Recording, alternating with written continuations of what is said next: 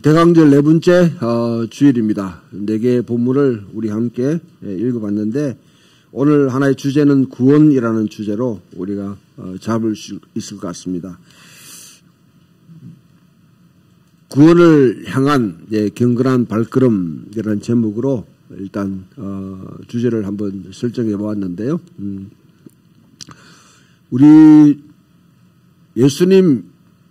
우리가 예수님이라 부르는 분, 예수님을 요셉이 그 이름을 예수라 하라 했을 때 그 예수라는 이름이 예수님만이 가지고 있는 그런 이름이 아닙니다. 1세기 당시에 소위 말해 흔해 빠진 이름입니다. 제가 자랄 때는 철수, 영수, 영숙이 이런 이름이 많았는데요. 많았는데 그와 같이 모든 이스라엘에 태어나는 자녀들에게 사실 붙이고 싶은 이름이 예수였어요. 근데 고고학적으로 연구를 해보면 예수님이 십자가에 못 박혀 돌아가시고 난 이후에 예수라는 이름이 사라지게 됩니다. 그거는 여러분들이 지금 예루살렘에 가보면 성전 앞에 그 무덤들이 굉장히 많이 있습니다. 그 무덤에 있는 비석들을 또 학자들이 밥 먹고 할 일이 없으니까 또 그걸 연구를 했어요. 연구를 해보니까 예수의 십자가 죽음 이후에, 그러니까 주후 한 30년 이후에 그 비문들에는 예수라는 이름이 싹 사라졌습니다. 왜 그럴까요?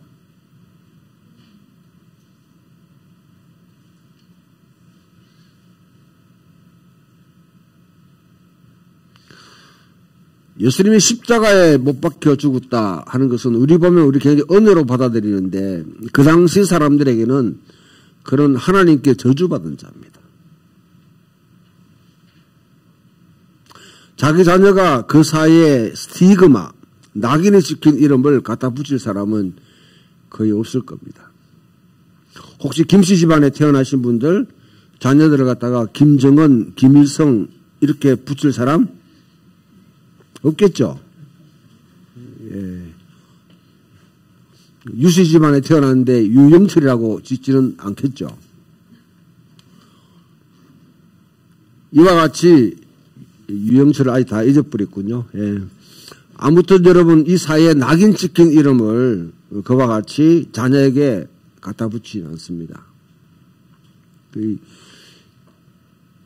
그러면 그 예수라는 이름이 무슨 의미 있느냐? 거기에 우리가 오늘 한번 초점을 맞춰보도록 그렇게 하겠습니다. 일단 여러분들이 오늘 성서성가를 여러분 쭉 읽어보면 시편 80편이 나오게 되고 그 다음에 이사야 7장 그 다음에 마태복음 1장에 있는 내용으로 이어지고 그 다음에 로마서 1장에 있는 내용으로 우리가 나아갈 수 있습니다. 시편 80편에 있는 내용은 어떤 내용이냐?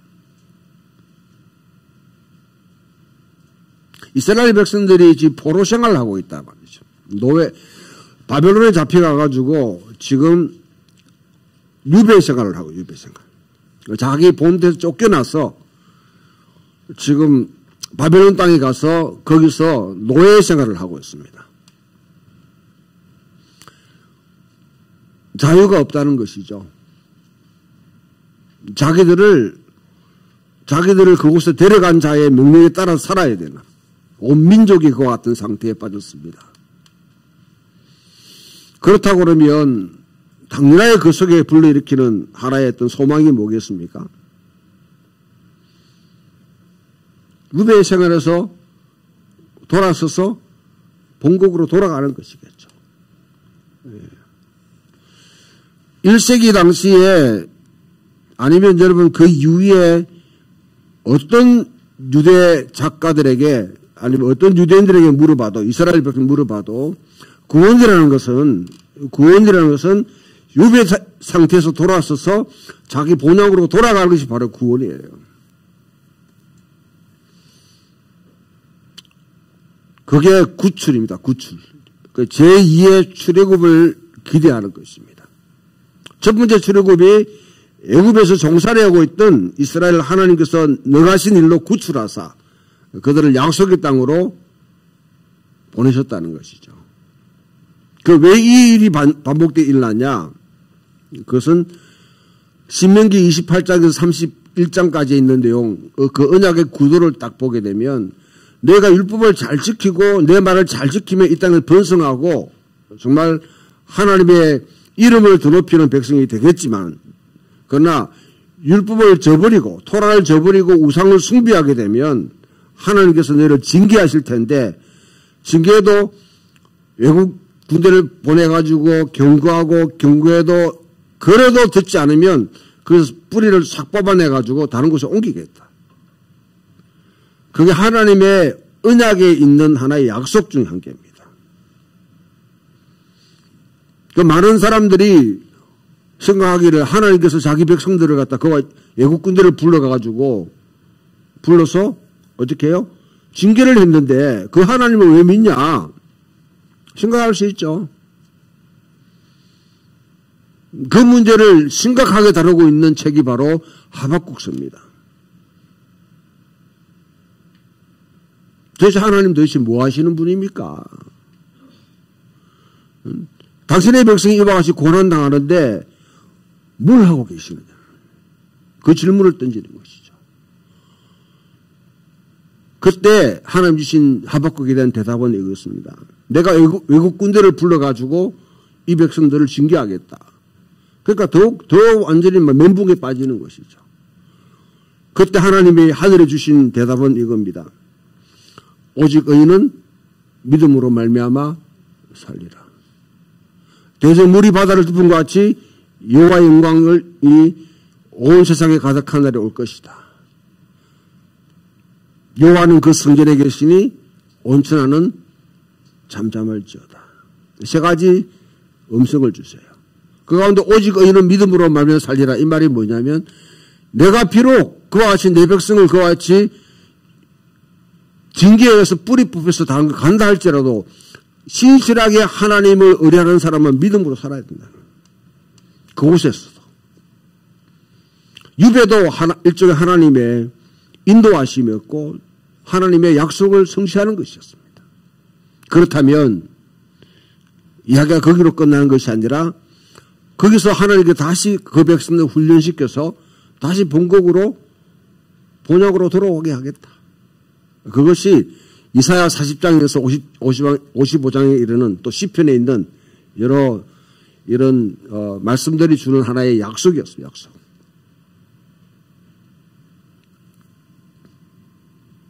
저도요 이 메시지를 이런 내용을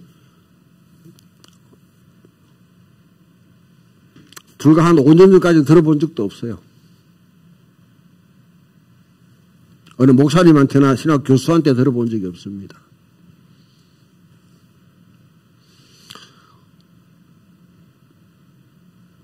이렇게 알고 나니까 성경에 있는 여러 가지 풀리지 않는 문제들이 매듭이 축 풀리듯이 풀려나가는데 그게 바로 1세기 당시에 유대인들이 생각하고 있던 하나의 구원의 근본적인 생각이었습니다.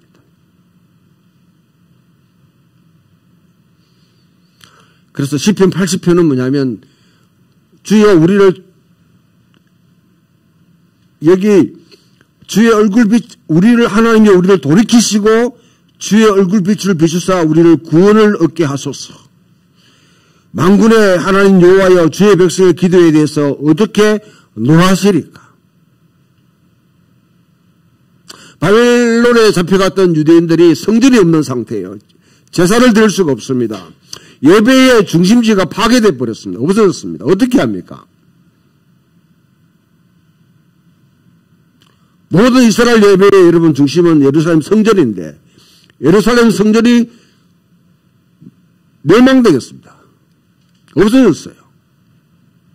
그들은 뿌리 뽑혀서 지금 바벨론에 갔습니다. 어떻게 하나님을 예배할 수 있습니까? 하나님 예배하기를 그만둬야 됩니까? 자기 백성도 책임 못 지는 거 하나님 왜 예배해요? 그럼에도 불구하고 그들은 그 땅에서 있으면서 예루살렘에 향해서 다니엘과 같이 하루에 3번씩 기도하면서 제사 대신에 제사가 없다 할지라도 기도와 말씀 연구가 바로 이것이 제사를과 똑같아. 그래서 기도와 하나님 말씀에 대해서 토라에 대해서 다시 뭐냐면 생각하고 묵상하기 시작하는 것이죠. 그래서 에스라 같은 사람들, 그런 대학자들이 그때부터 등장하기 시작하는 것입니다. 자, 그런 상황에서 하나님 이 기도를 들어달라고 하는 것이죠. 우리가 이웃에게 다툼거리가 되고 원수들이 우리를 비웃습니다. 너희들이 택한 백성이라며 창조주 하나님의 선택된 백성이라고 그러며 그런데 노예생활 해? 비웃음거리가 되기에 딱 합당하죠. 얼마든지 그렇게 비웃는 것이죠. 그런 상황 속에서 우리를 주께서 돌이킨다는 말은 회개라는 말도 되지만은 근본적으로 하나님께서 회개하시라는 거예요. 회개는 사람이 회개하는 것도 있지만은 하나님도 회개하셔야 돼요. 우리가 주께로 돌아가야 되지만 하나님께서도 뭐냐면 그 백성을 다시 돌이키는 게 바로 하나님의 회개입니다. 그리고 주의 얼굴 빛을 비추사 우리를 구원하옵소서. 주의 얼굴 빛을 비추사 하는 이 주의 얼굴의 빛을 비추사 하는 이야기를 들을 때 항상 여러분 우리는 팝업처럼 딱 떠오르는 게 있어야 되는 거죠. 뭡니까? 우리 매 주일마다 마저 축복송으로 우리가 축복으로 뭐냐면 하는 메시지가 있죠. 민수기 6장에 있는 말씀. 한번 떼어볼 수 있을까요? 예배 순서 맨 마지막에 있는.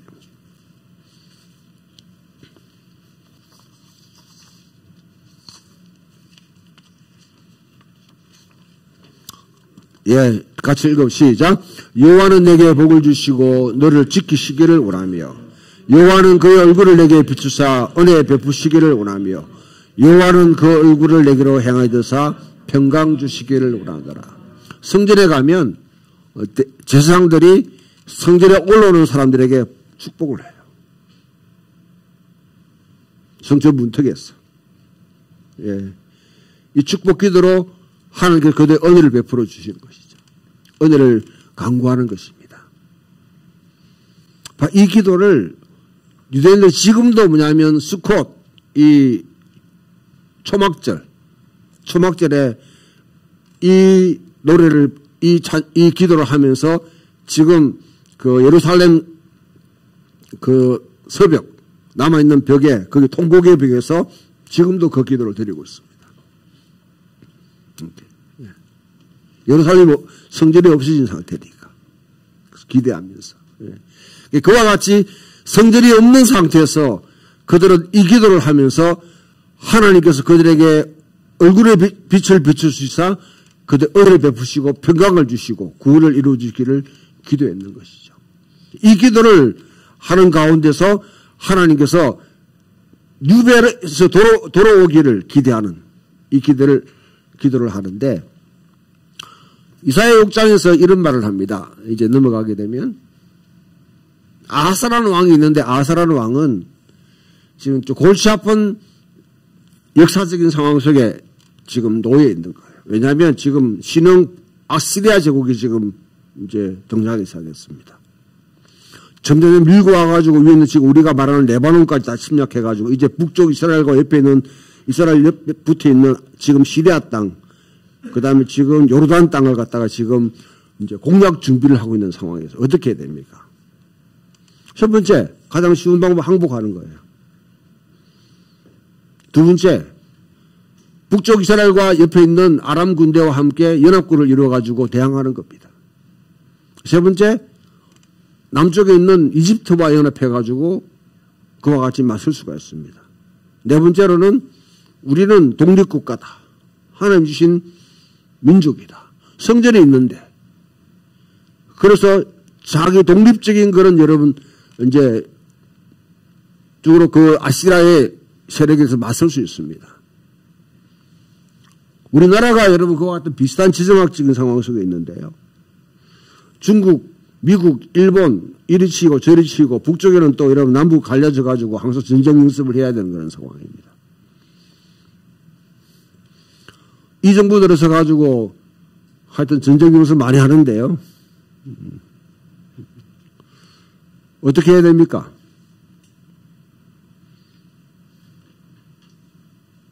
가령 여러분 가장 여러분들이 많이 짐작하고 예상하는 시나리오 북한이 우리에게 침공해 온다면 어떻게 해야 돼요? 누구한테 손을 벌여야 됩니까?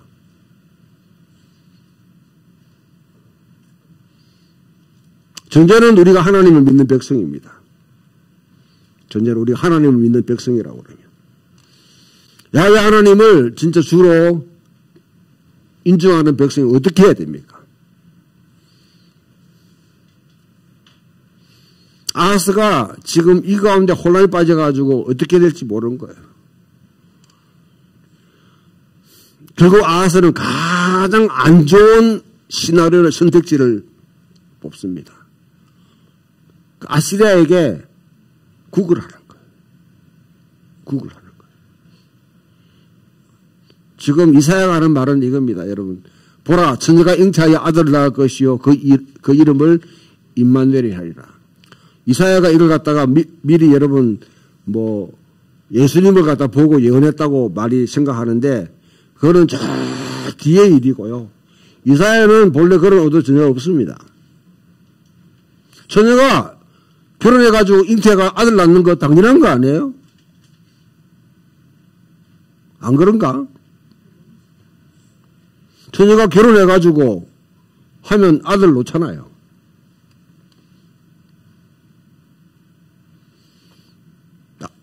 이사야가 주는 메시지는 이겁니다. 이 바보야. 애국인들한테 손불해가지고 연합해가지고 뭔가 자기 하려고 하지 말고 야훼 하나님을 믿는 백성이니까 하나님을 신뢰해라. 진실하게 하나님을 신뢰하고 평생 살아가라. 애가 커가지고 이유식을 먹고 나중에는 뭐냐면 뭔가 분별해가지고 자기 이제 이렇게 좋은 음식, 나쁜 음식 가릴 때 되면 이제 어느 정도 컸다는 거잖아요. 그때 되면 이 문제 다 해결된다. 근데 아하스는 불안한 거죠. 불안한 거죠. 오늘 어떤 본문에 보면 아하스가 그러하지 않기 때문에 하나님의 징조를 구하고 그것을 갖다 신뢰하지 않기 때문에 오늘 어떤 본문에 두 왕이 땅이 황폐하게 돼. 북쪽 이스라엘, 남쪽 유다 다 황폐하게 되리라.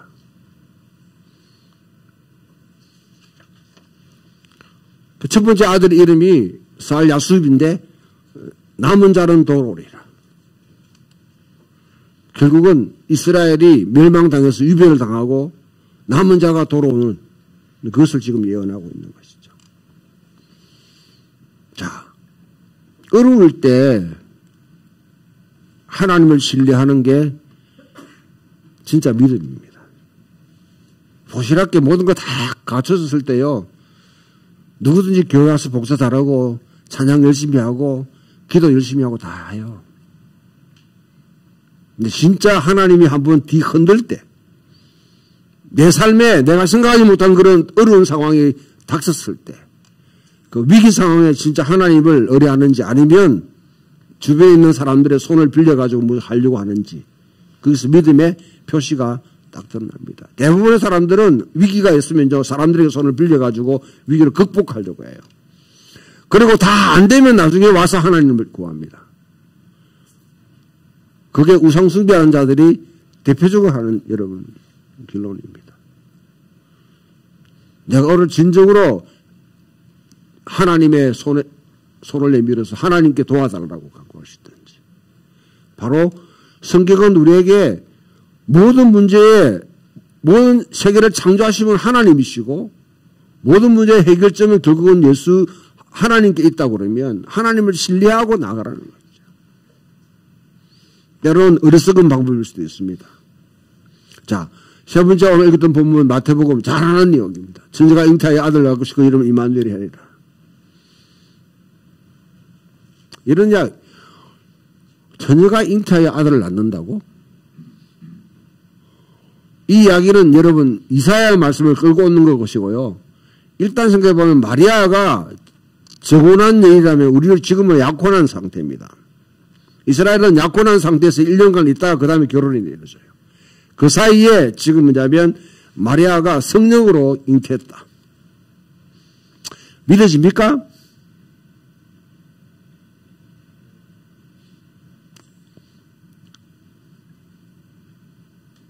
처녀가 성령으로 잉태했다. 믿어지십니까? 안 믿어져요?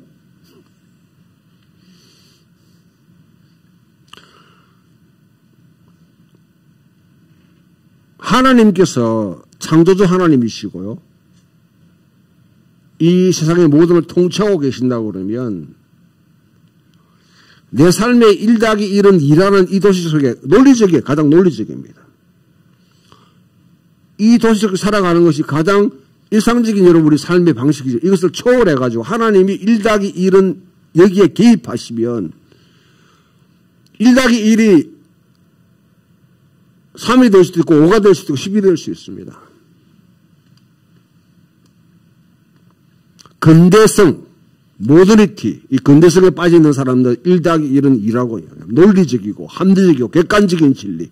누구든지 보편적으로 확정할 수 있는 진리에 모든 것을 기반 두고 살아갑니다. 이 근대라는 여러분 이 근대는 결국 하나님을 몰아내버리는 거죠. 중세사회가 워낙에 미신을 갖다가 많이 받아들이고 주술이 또 심하고 그러다 보니까 그것을 배제한다고 하면서 결국은 누구까지 떠나버리냐면 하나님마저도 더 이상 개입하지 마시오. 인간의 삶에. 그게 근대입니다. 근대. 거기에 대한 반발로 놓은 것이 바로 포스트 모던입니다. 합리적으로 사람이 살아가는 건 아니다는 거죠. 근대적인 사람을 갖고 과학적인 정밀한 여러분 그런 엄격한 의미에서 보게 되면 처녀가 잉태한다는 말도 안 되는 이야기예요. 그걸 믿는다는 자체가 미신을 숭배하는 자들이죠. 이상한 사람들이죠. 그러나 하나님이 창조한 세계에 하나님은 멀리 떠나게 치지 않고 우리에게 개입하셔서 언제든지 개입하셔서 일을 할 수 있는 분이라고 믿는다면 기적이라는 것은 우리에게는 당연하게 그것은 얼마든지 인정될 수 있는 것입니다. 살아가는 삶에 내가 가지고 있는 우리가 가지고 있는 자원으로 살아가는 사람에게는 이해될 수 없는 것이지만은 하나님이 우리의 삶 가운데 시공간에 뚫고 오셔서 얼마든지 일을 할 수 있는 분이라고 믿으면 천사가 잉태하는 것은 그거는 가능한 것이죠.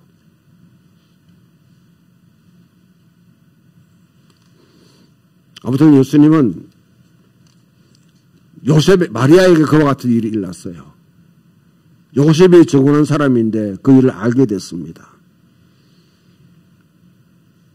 요즘 세상 같으면 요즘 세상이 아니라 그 당시 사회도 이거는 큰 스캔들입니다. 요셉은 가만히 끊고 자요. 막 소문내가지고 여러분 뭐 SNS에 올리고 아니면 여러분 뭐 기자회견하고 그렇게 하지 않은 거죠. 가만히 끊고 자요. 그때 성령께서 오셔서 요셉에게 그와 같이 말씀하십니다. 주의 천사가. 이는 성령으로 잉태한 것이니까. 그리고 요셉에게 준 말은 그겁니다. 네가 해야 될 일이 있다. 애가 어떻게 태어났는지 거기에 대해서 의문 풀지 말고 네가 해야 될 일이 있다.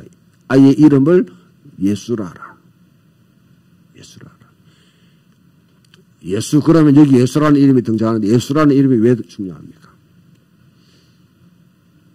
예수라는 사람은 그 당시 많았어요. 수많은 사람들이 다 예수였어요. 박예수, 김예수, 정예수, 이예수 많았어요. 그런데 이 예수는 어떤 왜 예수라는 이름을 갖다 계속 붙였을까요? 물론 아무 생각 없이 붙일 수도 있습니다. 그러나 여러분, 예수라는 이름은 그로 따지자면 여호수아입니다. 여호수아라는 이름이 그 구약에서는 호세아라는 이름도 같은 이름이죠. 그럼 여호수아가 어떤 역할을 했습니까?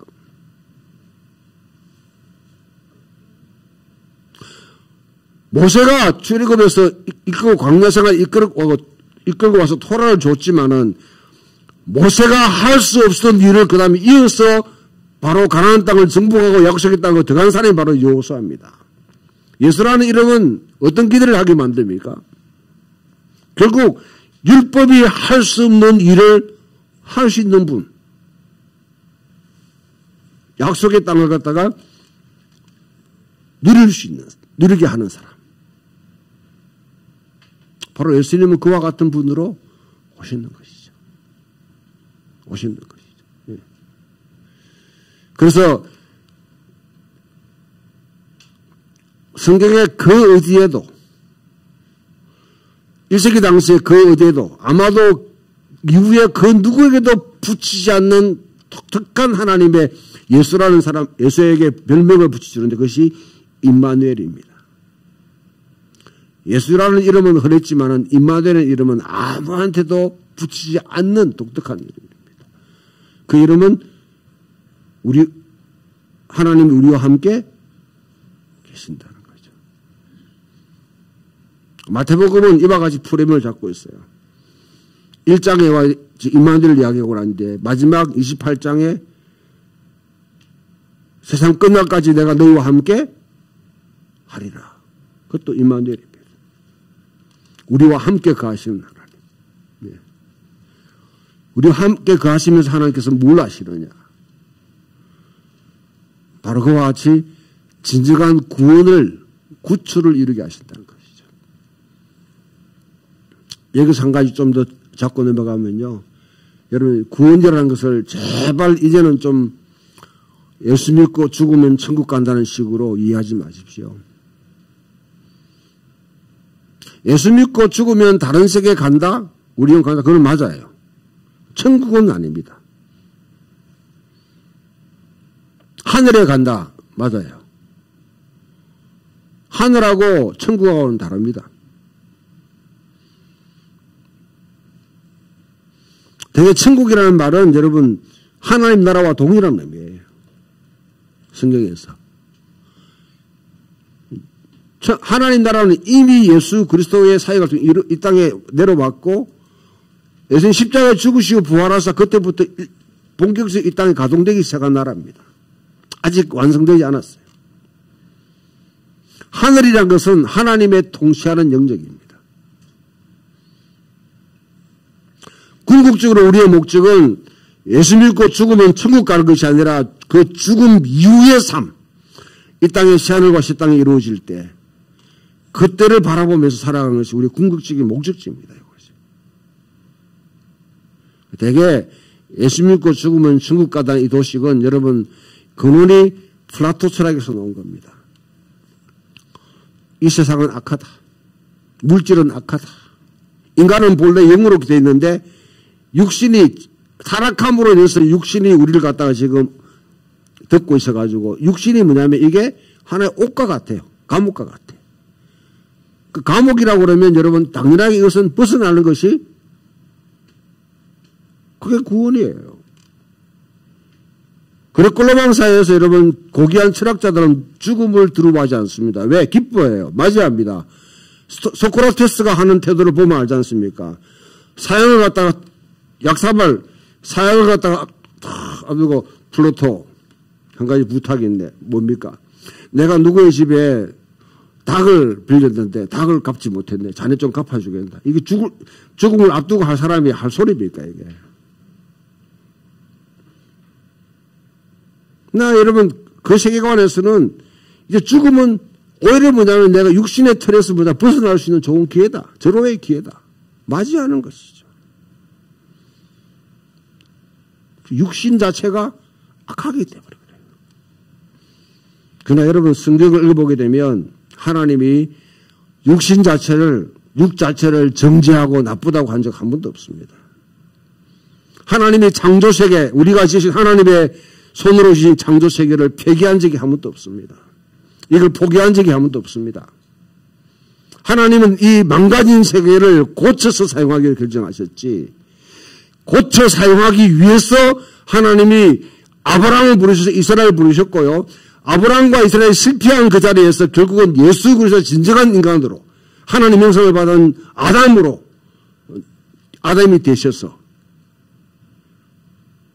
이 땅에 새로운 창조를 이루기 위해서, 새로운 새하늘과 새 땅을 이루기 위해서 하나님께서는 예수 그리스도를 죽은 자 가운데 부활시키시고 거기에 우리를 소환하셨단 말이죠. 그럼 진정한 구원은 무엇이냐? 옛세계에 죽음, 부패해져가고 썩어져가고 망가져가는 이 옛세계에 속해 있는 가치관과 거기에 속해서 살아가는 삶이 아니라 예수님의 십자가의 죽으심과 부활을 통해서 새롭게 새 생명. 그거는 그 누구도 뭐냐면 경험하지 못했던 하나님의 새로운 창조의 그 생명을 이어받아서 새 창조를 이루어가는 삶을 살도록 우리가 부름받았습니다. 바로 성경이 말하는 것은 바로 그것이 구출이라고 해요. 그러기 위해서 예수님은 당대 모든 사람이 기대하기를 예수님이 진짜 메시아라고 그러면 로마 군대, 그 다음에 대지상을 비롯한 이 악독한 유대 지도부를 갖다가 척결시키고 앞에서 마카베가 했듯이 완전히 성전을 갖다가 새롭게 정결케 하면서 악의 세력들을 다 물리치고 진정한 그 땅에 어떤 하나님의 신정 정치를 이루는 것을 목적으로 그것을 갖다가 그 당시 사람 다 기대했습니다. 제사들도 기대했는데 예수님은 그 일을 하지 않았어요. 오히려 예수님은 십자가에 돌아가셔서 모든 악의 근원이 되는 사탄의 권세를, 그것을 사탄의 명줄을 끊어놔 버리는 것이죠. 왜? 여러분, 사탄이 살아있는 한, 사탄의 권세를 부리는 앞에 있는 제국이 아무리 바뀐다 할지라도요, 로마 제국, 바벨론 제국, 다른 제국 바뀐다 똑같아요. 우리가 경험하지 않습니까? 여러분, 촛불 들고 나가가지고 했죠. 정부 바뀌면 똑같잖아요.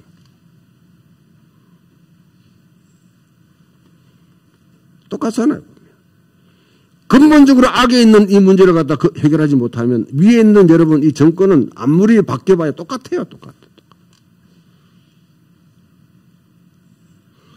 십자가에 죽으셔서 제 권세를 무너뜨리시고 우리에게 진정한 사탄의 권세를 우리를 구출하셨단 말이에요. 예수를 믿는 자에게는 더 이상 죄의 권세가 우리에게 미치지 못합니다. 로마서 8장에서 바울은 위대한 선언을 하는 것이죠. 8장 1절을 한번 펴봅시다. 우리.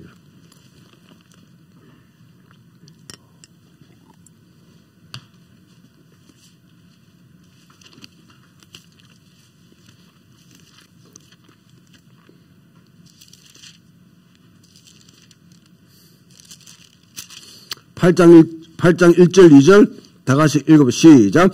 그러므로 이제 그리스도 예수 안에 있는 자에게는 결코 정죄함이 없나니 이는 그리스도 예수 안에 있는 생명의 승리의 법이 죄와 사망의 법에서 너를 해방하였습니다.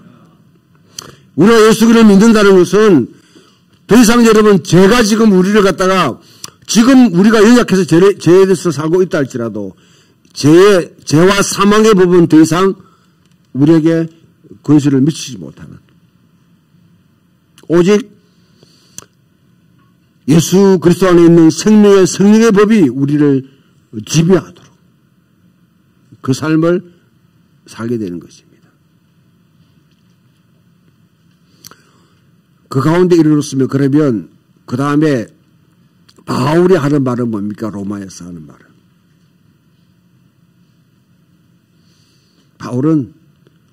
바울은 예수를 믿기 전에 이와 같은 이야기를 쭉 생각하고 다시 자기 이스라엘 민족이 해방되는 것. 열심당원이었어요. 무력으로든지 열심으로 로마의 통치로부터 벗어나는 것이 진정한 이스라엘의 해방을 생각했는 사람입니다. 그래서 이스라엘을 더럽히는 사람들, 이스라엘을 혼탁하게 하는 사람들을 모조리 그 사람들의 아주 적대감을 가지고 이와 같이 대결하는 사람이었습니다. 그 중에 한 개가 예수가 십자가에 죽었다. 그건 하나님께 저주받은 자예요.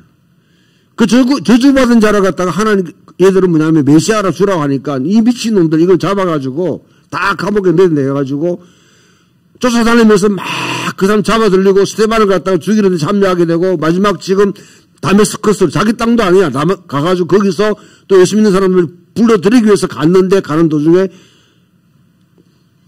부활하신 그리스도가 나타나서 사울아 사울아 네가 사울아 사울아 하니까 당신 누굽니까? 나는 네가 핍박하는 예수다. 그 순간에 바울의 모든 세계관이 완전히 전복되는 시간입니다. 하나님이 십자가에 죽은 예수를 살리셨다. 부활시켰다. 이거는 여러분들 그냥 죽은 자가 살아났다는 그게 아닙니다. 유대인들에게 1세기 당시 유대인들에게 부활 사상은 뭐냐면 하나님이 새로운 세계를 가져온다는 하나의 혁명적인 교리예요. 그냥 단순한 여러분 죽은 자가 살아나는 그 이야기를 하는 것이 아니라 세계 판도를 뒤집는 여러분 다시 바리새인 같은 사람들은 부활을 싫어합니다. 안 믿기로 작정하는 왜 그래요? 그 당시에 여러분 100평짜리 아파트에 살고 있어요. 벤츠하고 여러분 BMW 몰고 다녀요. 카드는 막 있어가지고 아무 데나 쓸 수 있어요. 크루즈 여행할 수 있습니다. 아무 문제가 없는 사람들. 그 사람들에게 부활은 이거는 재앙입니다. 왜? 세상이 뒤집히는 세상이니까. 가난한 사람, 억압받는 사람, 이 땅에 뭐냐면 그와 같이 빚에 쪼들린 사람에게는 이거는 복음입니다. 왜? 이 세상을 뒤엎는 것이니까요. 지금도 여러분 부한 사람들은 부활을 싫어해요. 그러니까 부활을 갖다 부인할 수 없으니까 꺼내든 하나의 논리가 뭐냐면 예수 믿고 죽으면 천국 간다는 거예요.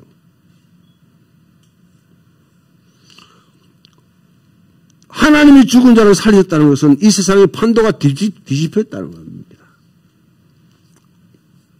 바울은 이스라엘의 하나님, 창조주 하나님은 한 부족의 하나님, 한 유다지파의 하나님, 한 종족의 하나님이 아니라 이거는 예수가 죽은 자 가운데 살리신 것을 보고 확신을 얻기를 하나님은 온 창조주 하나님이시다. 창조주 하나님이시다. 그래서 이스라엘 이야기, 한 부족의 이야기가 이거는 그들만 믿어야 될 그런 이야기가 아니라 이 땅에 지원받은 모든 창조 세계가 믿어야 될 이야기로 받아들이고 그 이야기를 가지고 이제 이스라엘은 밖으로 나가서 각 열방들, 이방인들이 믿고 있는 그들의 신화, 그들의 토대 이야기에 도전하고 우리 한국으로 말하면 당군 신화에 도전하고 그것을 전복시키고 바로 예수 그리스도를 통한 하나님이 진정한 하나님이다. 창조주 하나님이다. 진짜 예배를 받을 진정한 신이다. 그것을 갖다가 전하기 위해서 자기는 온 삶을 드린 사람이 바로 바울입니다. 예수님이 탄생하셨다는 것은 역사의 한 정점이 지금 뭔가 심각한 변곡점이 왔다는 것이죠. 1세기 당시에 가이사 아구스투스를 로마 제국에 있는 한 소아시아에 있는 사람들은 결정하기를 가이사 아구스투스가 이 땅에 평화를 가져왔고 질서를 가져오고 번영을 가져왔다. 그래서 달력을 이제부터는 가이사 아구스투스의 탄생에 맞춰서 조정하기로 결정했습니다. 비문이 지금 남아있어요, 거기에. 그 정도로 여러분, 그리고 그 가이사 아구스투스를 주라고 하고 하나님의 아들이라고 했습니다. 그리고 가이사 아우구스투스의 탄생 자체를 복음이라 이야기했습니다. 기독교가 복음이라는 말 만들어낸 거 아니에요. 그 로마의 내러티브, 로마의 그 이야기에 정변 도전하는 것이 바로 바울의 메시지입니다. 로마의 황제는 짝퉁이고 로마 제국은 이것은 뭐냐면 진정한 행복을 가져오는, 빈을 가져오는 그런 나라가 아니라 세상의 가장 악한 나라고, 다른 7장에서 말했듯이 형용할 수 없는 악한 나라고, 진정한 하나님의 나라는 예수 그리스도를 통해서 이루어지는 이 나라다. 이 나라로 로마의 이데올로기, 로마의 내러티브를 도전하고 전복시키고 그 가운데 그것을 믿는 자들을 심기 위해서, 씨를 뿌리기 위해서 바로 온 열방을 다니면서 복음을 전한 사람이 바로 바울입니다. 그 씨를 뿌린 것이 바로 교회입니다. 그러면 여러분, 이 땅에 있는 우리 교회는 단순히 예수 믿고 죽으면 천국 가는 여러분 그것을 만든 곳이 아니라 이 땅의 가치와 이 땅의 통치와 이 땅의 생활 방식을 뒤집어 거슬러가면서 전복시키는, 그러기 위해서 여러분 교회가 이 땅에 존재하는 것이죠. 그게 바로 선교입니다. 그게 선교입니다. 자, 그런 일에 여러분들이 저와 저뿐, 목회자니까 저뿐 아니라 예수를 믿는 우리 모두가 지금 부름받았고 소환됐고 징집됐습니다. 어떻게 하시겠습니까?